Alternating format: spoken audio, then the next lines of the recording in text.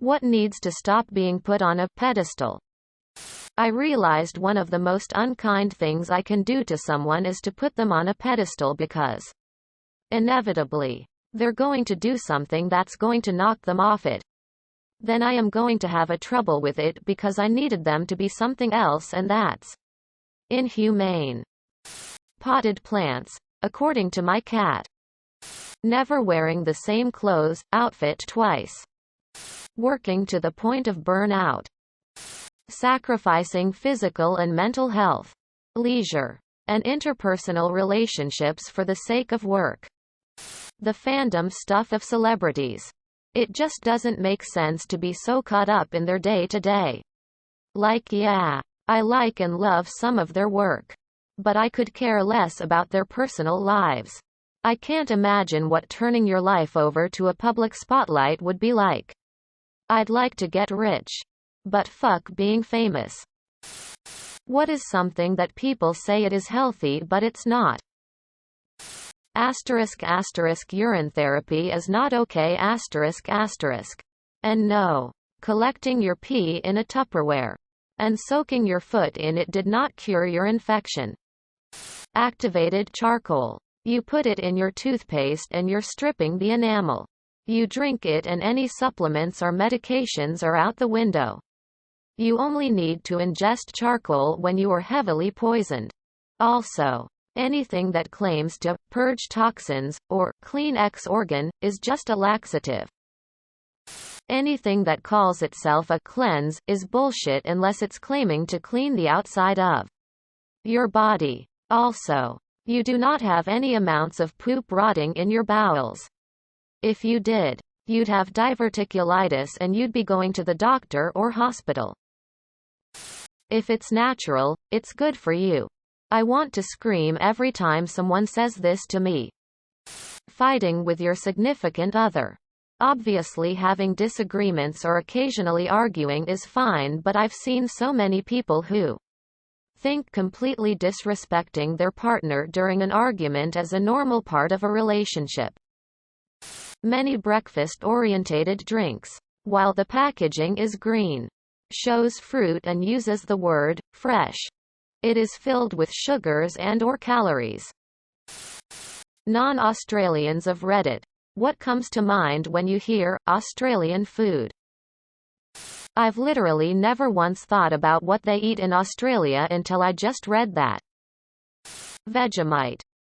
Tim Tams. Vegemite. Pavlova. And crocodile steaks. And there was this really shitty fried chicken place in Sydney. I'll never forget the food. But I cannot remember the name of the restaurant to save my life. Shapes. Been years since I lived in Melbourne, but man, I miss those. A good pub feed. Golden gay time. Serious. What is something you could tell someone that might change the way they view the world? Attention. Serious. Tag notice ***. Jokes, puns, and off-topic comments are not permitted.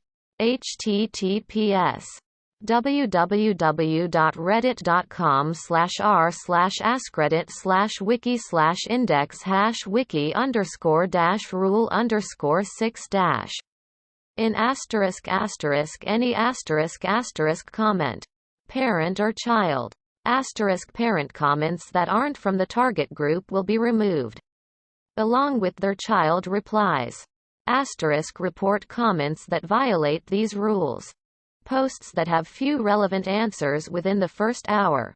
And posts that are not appropriate for the serious tag will be removed. Consider doing an AMA request instead. Thanks for your cooperation and enjoy the discussion. I am a bot. And this action was performed automatically. Please contact the moderators of this subreddit. Message, compose, to =r, AskReddit. If you have any questions or concerns, don't use the words of others to measure your own self-worth. It's not possible to make everybody you meet like you. Some people just won't for whatever reason, and there's nothing you can do about it.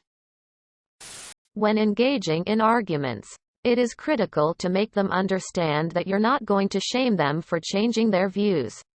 Often, people don't change their beliefs when they think they'll be shamed for doing so. It's like a way of protecting your integrity and honor. By keeping this one fact in the background of your discussion, you can change minds more often than not.